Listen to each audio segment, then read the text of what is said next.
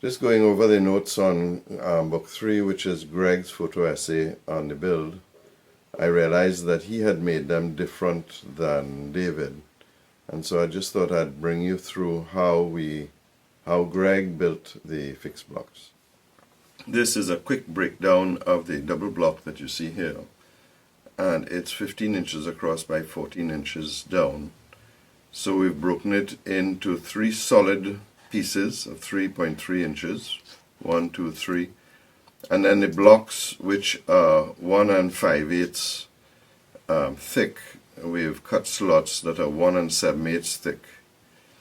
The actual sheave inside is 9 inches, so we made it slightly bigger to 10 inches, and then just divided the 5 remaining inches into pieces, 2.5 inches on either side. We've made up the blanks.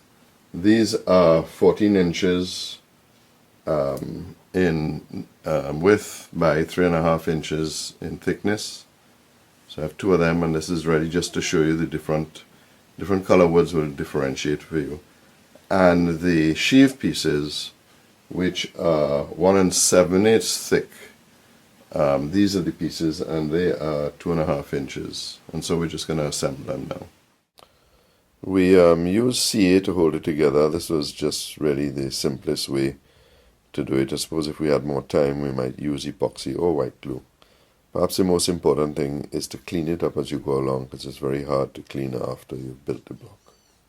The nice thing about doing it this way is that the slots are perfectly aligned, and you can actually put the sheave in and you'll have a working sheave. So these are the 2 blocks. They simply need to be cut in half, and I can either use the first one I made, which is the way David had suggested, or use this way, which is the way that Greg suggested we make the fixed blocks.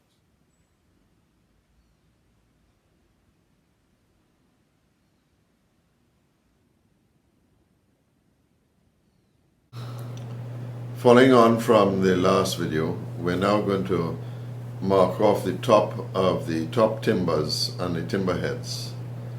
And so the first thing we did is we put down a nice long ruler to make it simple. We have our veneer caliper with this base here, which helps when we're lining it up.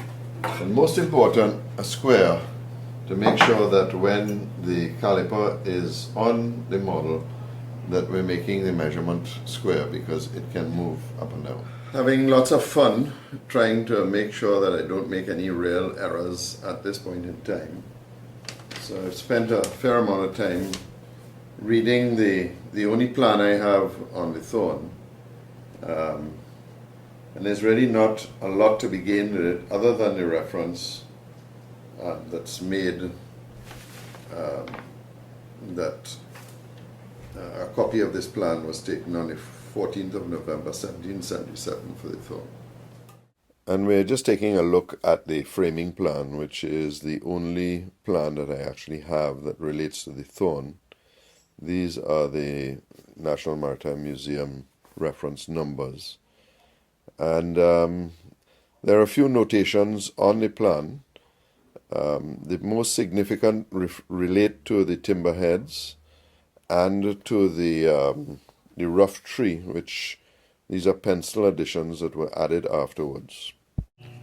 Timber heads 1 foot 2 inches above the fief rail, agreeable to, and then it's not defined. They have it as the draft. I wish I had more information on the Thorn, but I guess I should be grateful enough that at least I found one plan that made reference to my ship, my build, and I've used this to differentiate it from the other models. And so with that in mind, and realizing that we had in fact done most of the top timbers before, we were just dealing with the timber heads here. And a few of them were installed too short. Those we'll probably cut off and deal with at a later date.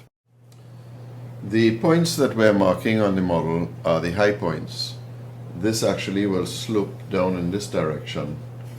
But again, just for safety, we're going to cut the high point square at the top, and then if we need to taper, we'll taper it afterwards.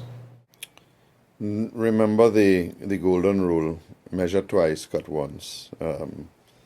They just don't want to make any major mistake.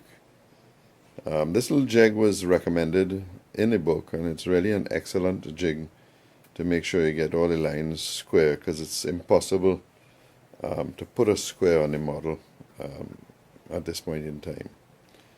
Of course, we shouldn't panic too much, because remember, if at the end of the day the timber heads don't come out exactly the way you want them to, we can cut them off and make them up off the model and then glue them back on with some sort of post to make sure everything comes out just fine. Well, the time to cut off the pieces arrived, and I used this little reciprocating saw from Micromart, and of course the sander to sand the tops down. Again, leaving just a little bit spare in case there's an error. I've been working at these timber heads for a little while, and I've come to realize there's absolutely no way I'm going to get the quality of carving on the model as I can do it on the table saw. I actually made up some blanks on the table saw, and they're absolutely perfect. When I tried to do them on a standalone piece, not on the model, off the model, they left a lot to be desired. So I'm going to follow the advice, which is actually here. I believe Greg made reference that he cut all of his off on the Pegasus and put them on afterwards. So I'm going to do the same. I also don't think it's necessary that I need to save the pieces. They're all dimensioned, so it's not an issue. These are some that I had made up on an earlier attempt. So I jumped right in. These are some blanks for the Thorn, just to get the distances correct.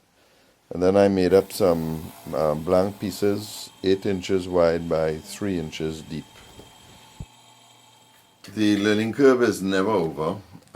Just exchanged a bunch of emails with Greg, and I've decided to throw away all the stock that I made, throw away all the timber heads that I made, and start again. My view was that the timber heads were looking too thin. He had originally suggested they should be 8 inches wide by 3 inches deep, and I've changed that to 8 by 4, which means all the blanks that I made are no good. And the other thing is the timber heads actually go at an angle, and you'll find that that angle moves all over the way on the boat. In the back, it's as high as 7 or 8 degrees. In the bow, it's 3 to 5 degrees. So I'm going to make them all at 4 degrees. And why that's important is if you're going to use the pre-arc table saw as I am, you know that you need to make up a jig. Because every single timber head on the plan is actually at a slightly different angle, 1 or 2 degrees. So I've settled on 4 degrees as the key angle for all of the timber heads, be it on the front or on the stern. And just so there's no confusion, this is the angle.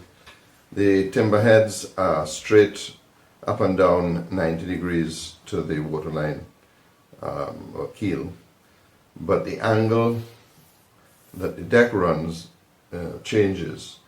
And so I simply put this ruler on and worked out what the angle was. In this case, this one is 4 degrees. And if I come all the way up to this one up here, this is the furthest one, this one is 6 degrees. And the same thing on the back.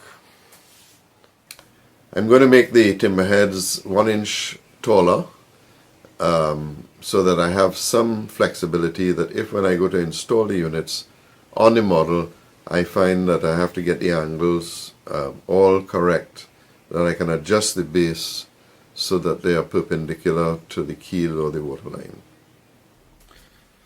So to make those cuts, we've set up this one.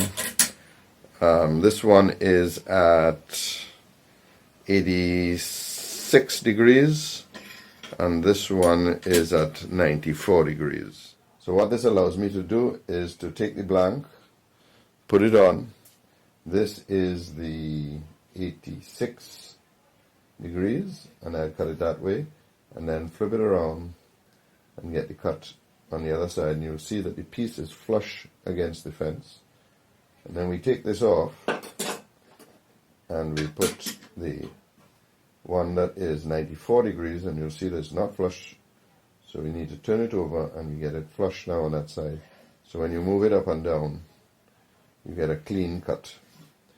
You can do one of the ends this way and you get a nice clean cut. You will not do this side because remember it's at an angle like that, so it won't cut it right down where it's supposed to, and you probably have to do that with a chisel. Of course, you just need to concentrate to make sure that you don't make a mistake when putting the pieces onto the table saw. We will have to make up 40 blanks, because there are 19 on each side, and each one of these blanks gives you 2 timber heads, one on either side. This is what the finished product looks like. Maybe the inner could come in a little bit more. That would probably be the only criticism I would have.